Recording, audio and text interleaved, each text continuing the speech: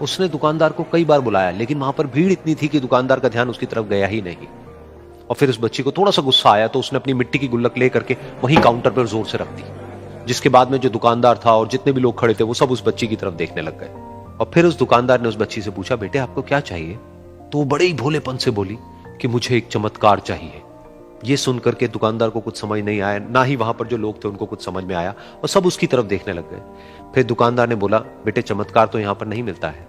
तो बच्ची को लगा कि वो उससे झूठ बोल रहा है, तो बच्ची ने कहा कि मेरी गुल्लक में बहुत पैसे हैं, आप बताओ आपको कितने पैसे चाहिए, लेकिन मैं आज यहां से चमत्कार लेकर के ही जाऊंगी। तो वहीं काउंटर पे एक और आदमी खड़ा था, उसने उस बच्ची से पूछा कि बेटे क्यों चाहिए तुमको चमत्कार? तब उस बच्ची ने अपनी कहानी बताई कि अभी कुछ दिन पहले मेरे भाई के सर में बहुत तेज दर्द हुआ, तो मेरे पापा मम्मी उसको हॉस्पिटल ले गए। उसके बाद कई दिन तक मेरा भाई घर नहीं आया।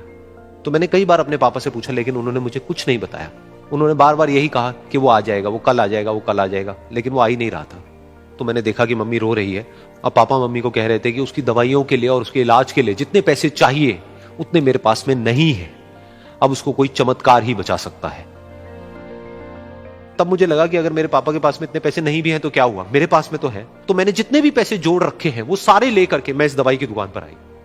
फिर उस आदमी ने उस बच्ची से पूछा, कितने पैसे हैं तुम्हारे पास में? ये सुनते ही उस बच्ची ने अपनी गुल्लक उठाई, जमीन पर फेंकी और तोड़ दी, और पैसे गिनने लग गई। बाकी सब लोग खड़े होकर के उसको देख रहे थे।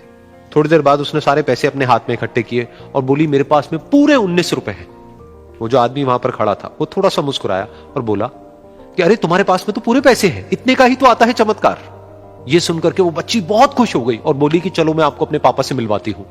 बाद में पता लगा कि वो आदमी कोई आम आदमी नहीं था, बल्कि एक बहुत बड़ा न्यूरोसर्जन था, और उसने सिर्फ 19 रुपए में उसके भाई की सर्जरी करी, और कुछ ही दिन बाद वो ठीक होकर के घर वापस आ गया। फिर कुछ दिन बाद वो बच्ची, उसका भाई, उसके पापा, उसकी मम्मी चारों एक साथ बैठे हुए थे और बात कर रहे थे। तो उसकी मम्मी ने उसके पापा से पूछा कि अब तो बता दो ये चमत्कार आपने किया कैसे?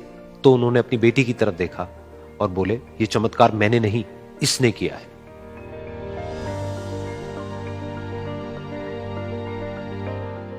तो यहां पर एक बहुत बड़ी बात है जो हम उस छोटी सी बच्ची से सीख सकते हैं कि जिंदगी में कभी कभी ऐसा होता है कि हमको कोई रास्ता नजर नहीं आ रहा होता है और हम लोग हिम्मत हार जाते हैं। तब हमारे अंदर एक बच्चा होता है जो कोशिश करने से कभी भी पीछे नहीं हटता है।